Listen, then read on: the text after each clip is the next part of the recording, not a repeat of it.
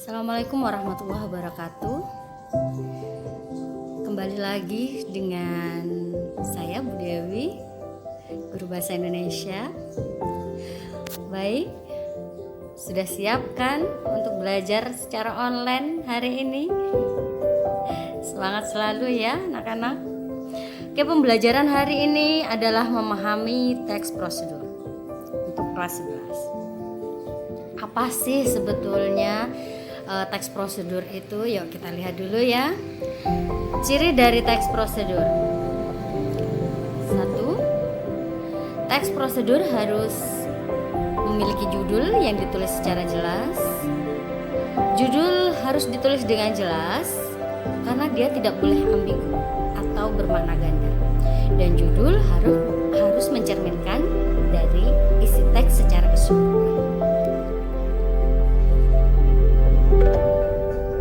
Dia juga punya langkah kerja yang dipaparkan secara urut atau secara runtut gitu ya. Kenapa harus dipaparkan secara urut atau runtut?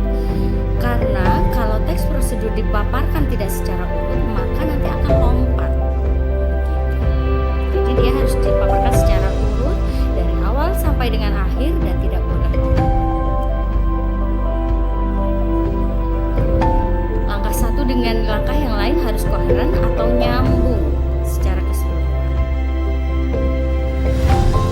Teks harus bersifat informatif atau memberikan informasi yang baru dan penting.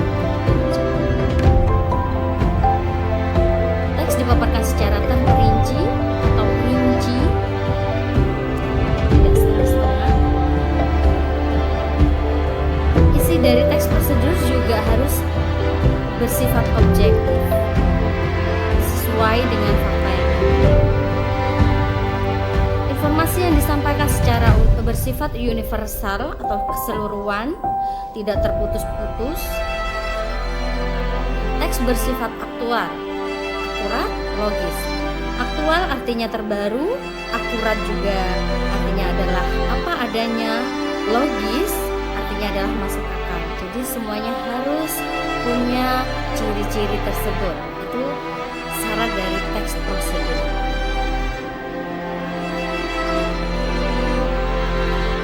Teks prosedur dibagi menjadi 3. Yang pertama adalah teks prosedur sederhana. Yang kedua adalah teks prosedur kompleks. Yang ketiga adalah teks prosedur baik, teks prosedur sederhana dibangun dari 2 atau 3 langkah saja, seperti prosedur notifikasi mudah sekali dan sederhana sekali. Yang kedua adalah teks prosedur kompleks.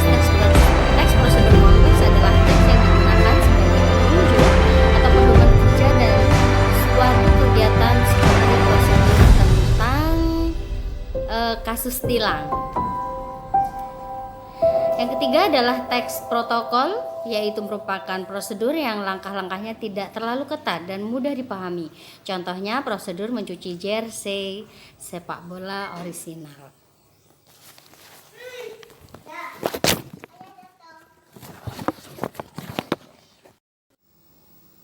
Oke, kemudian ada struktur dari teks prosedur kompleks. Yang pertama, strukturnya adalah tujuan.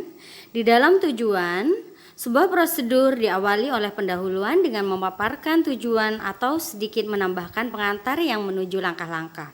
Tujuan ini merupakan hal apa yang ingin dicapai oleh langkah dari teks tersebut. Yang kedua, langkah-langkah. Berisi langkah pertama dari awal sampai dengan akhir ditulis secara runtut dan terperinci. Yang ketiga adalah penutup. Penutup merupakan bagian akhir teks prosedur kompleks berupa penegasan tentang prosedur kerja. Tapi tidak semua teks prosedur kompleks memiliki penutup. Jadi tergantung pada teks ya anak-anak. Oke, baik. Yang selanjutnya adalah kaidah dari teks prosedur kompleks. Kaidah dari teks prosedur kompleks terdiri dari yang pertama adalah menggunakan kalimat imperatif.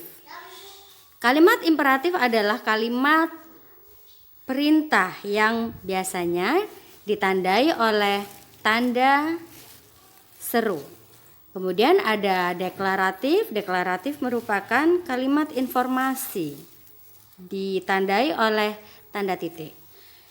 Kemudian ada kalimat interrogatif, yaitu kalimat tanya, biasanya ditandai oleh tanda tanya. Yang kedua, menggunakan urutan langkah yang harus terperinci dari awal sampai dengan akhir. Yang ketiga adalah di dalam teks prosedur kompleks banyak menggunakan nomina atau partisipan. Partisipan di situ adalah pihak-pihak atau orang yang terlibat dalam teks.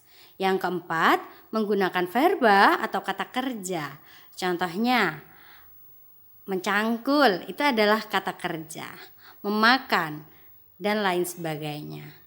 Yang terakhir adalah menggunakan konjungsi atau kata hubung, yaitu dan, atau, dan lain sebagainya. Masih banyak yang lainnya. Oke, selamat belajar anak-anak. Tetap sehat selalu, semangat selalu. Dan terima kasih. Sampai jumpa di pertemuan selanjutnya dan selamat mengerjakan tugas pertama. Assalamualaikum warahmatullahi wabarakatuh.